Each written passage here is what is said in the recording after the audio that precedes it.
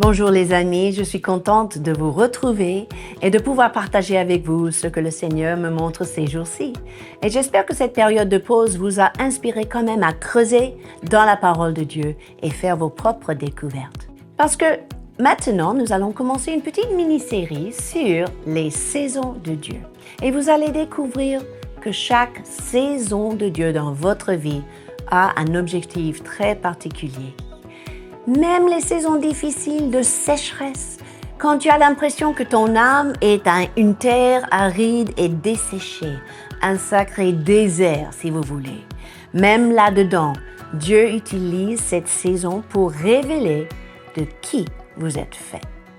Est-ce qu'il y a de l'endurcissement pendant la sécheresse?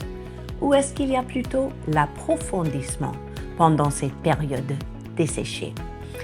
Vous savez, le roi David a vécu la sécheresse et il en parle dans le psaume 32, dans versets 4 et 5. Et je vais vous le lire parce qu'il y a deux mots-clés dans ce passage que j'aimerais souligner.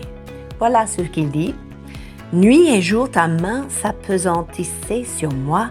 Ma vigueur n'était plus que sécheresse, comme celle de l'été. » Pause. « Je t'ai fait connaître mon péché, je n'ai pas caché mon iniquité. J'ai dit, j'avouerai mes transgressions à l'Éternel, et tu as effacé la peine de mon péché. » Pause. Deux fois de suite, nous voyons ce mot-clé en hébreu, c'est là. Une pause.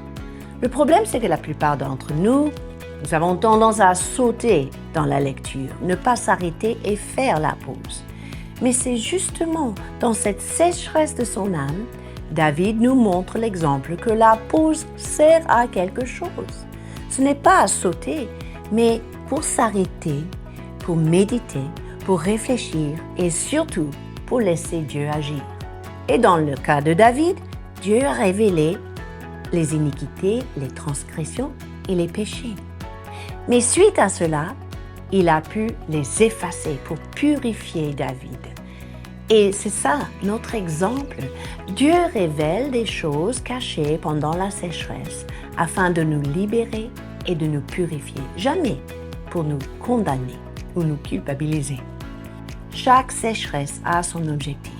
Il est écrit dans Job 24, 19 que la sécheresse et la chaleur absorbent les eaux de la neige. C'est une période dans notre vie pour absorber, pour s'approprier la puissance de la parole vivante. Comme Ésaïe a dit en chapitre 55, la pluie, la neige, c'est la parole vivante de Dieu. Et cette parole ne revient pas à lui sans avoir accompli sa volonté. Qui dit sécheresse dit aussi insectes. Près de chez nous, il y a beaucoup de champs de blé. Et pendant les périodes sèches de l'été, quand la moisson du blé commence, tous ces insectes commencent à sortir des champs et remplir les maisons. Et ils sont tellement minuscules qu'ils s'insèrent même derrière les verres, les écrans, les tableaux. Et c'est vraiment ennuyeux. Mais c'est la sécheresse qui les a fait monter à la surface. Pourquoi? Parce que la sécheresse peut exposer ce qui est caché. Le peuple de Dieu a connu cela et Jérémie le prophète en parle dans chapitre 14. Il y avait une telle sécheresse.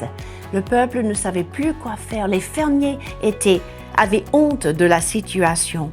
Mais cela a révélé les iniquités cachées, le nettoyage et la purification du peuple de Dieu. Alors, n'oubliez pas, il faut s'hydrater davantage pendant la période de sécheresse.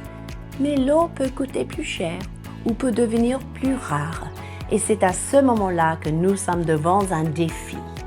Sommes-nous prêts à payer le prix pour obtenir l'eau de la vie, pour se reconnecter à cette source qui est Jésus?